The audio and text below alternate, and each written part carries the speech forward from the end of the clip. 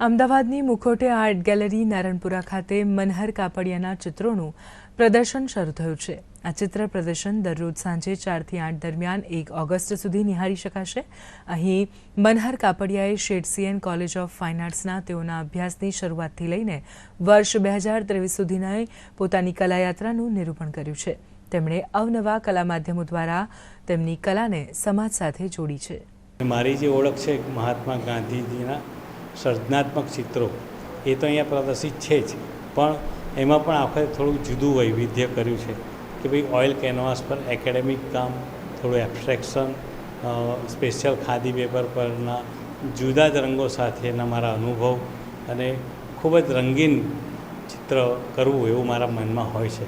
કારણ કે આપણું જીવન પણ એટલું સરસ રીતે વીતતું હોય છે કે ભલભલા નવા નવા રંગો આપણને જોવા જાણવા મળતા હોય છે।